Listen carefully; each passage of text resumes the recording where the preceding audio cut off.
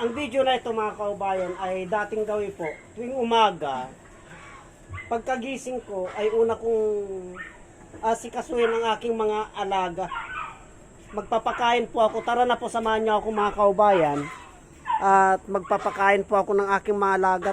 Gutom na. Ayan si Gansoy ko. Tinatawag na po ako. Morning Gansoy! Ayan, tinatawag na ako ng Gansoy ko. Yan na yung aking mga alaga. Yan na po sila mga kaubayan. Babahugan ko sila ng pagkain dito.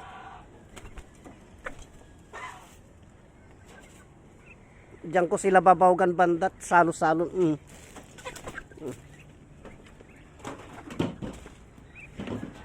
Yan.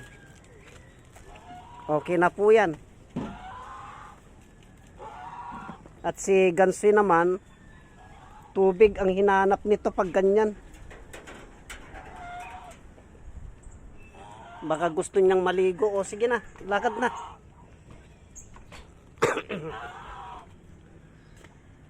Yun naman po yun.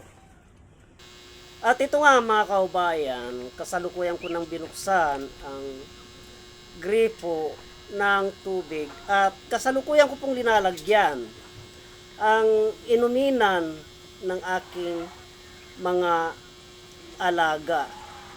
At ito, bago ko po lagyan, pupunuin itong kanilang mga inuman, ay pinapalitan ko muna po mga kaubayan para sa ganon ay malinis po itong kanilang inuminan.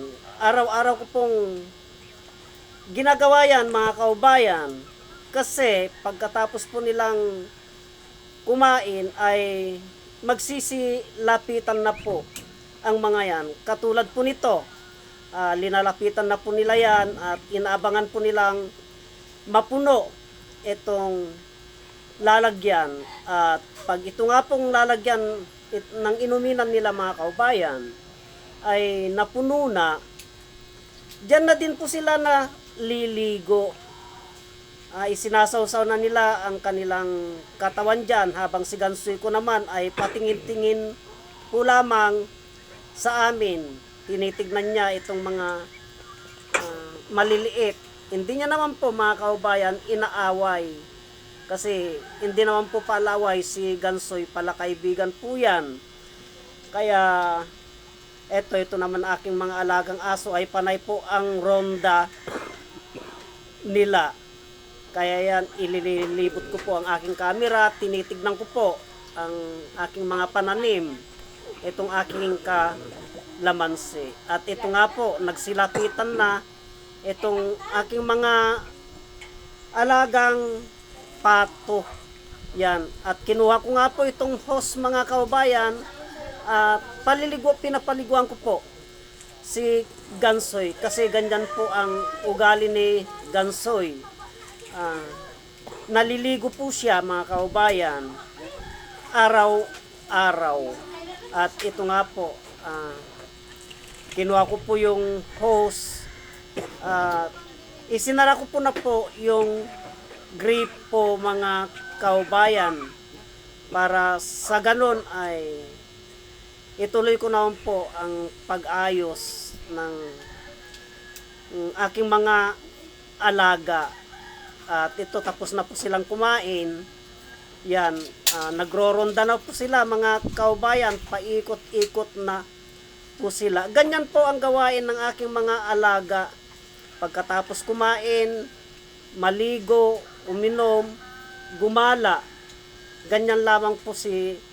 Wala pong ginagawa itong mga eto, kundi pag nag-ingay sila, alam mo nang ibig sabihin ng mga yan mga kaubayan. Kailangan po nilang kumain. Kailangan po nilang bigyan mo na ng pagkain, dahil pag hindi mo binigyan ng pagkain yung mga yan, yung mga tanim mo po mga kaubayan ay kukut-kutin po nila. Katulad niyan, marami po akong mga pananim na bago dyan ko, at linalagyan ko ng mga balad para hindi po nila matuka. Pero pag gutom po yung mga yan, Kahit may balad po yung mga yan, mga kaubayan, ay tinutuka po nila. Pero pag ganyang busog po sila, ganyan lamang po sila.